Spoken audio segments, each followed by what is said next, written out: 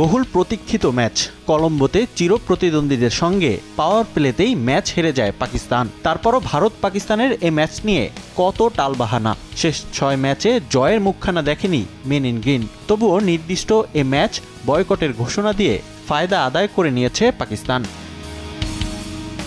High voltage এ ম্যাচের আগে বেশ কিছু বিষয় নিয়ে হয়েছে সমালোচনা। তারপরও শেষ পর্যন্ত এবারের বিশ্বকাপের সবচেয়ে আলোচিত ম্যাচে তেমন কোনো দাপটি দেখাতে পারেনি সালমান আগার দল। ভারতের বিপক্ষে কোনো সুবিধা করতে পারেনি পাকিস্তান।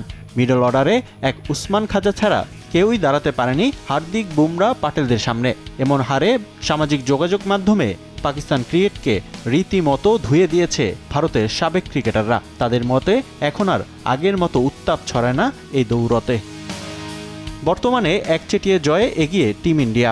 ভারতীয় কিংবদন্তি সচিন টেন্ডুলকার এ জয়ের জন্য পাওয়ার প্লেতে ভারতের ব্যাটিংকে বাহবা দিয়েছেন। ঈশান কিষানের দারুণ ইনিংস আর বোলারদের কৃতিত্ব দিয়েছেন Sachin. Vision QLED Google TV, where colors come alive.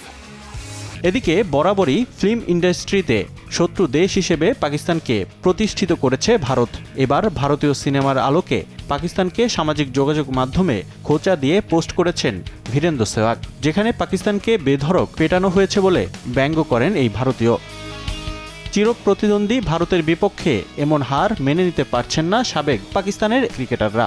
লড়াইহীন এ ম্যাচের জন্য পাকিস্তান ক্রিকেট বোর্ড এবং রাজনীতি একত্রীকরণকেই দায়ী করছেন অনেকে।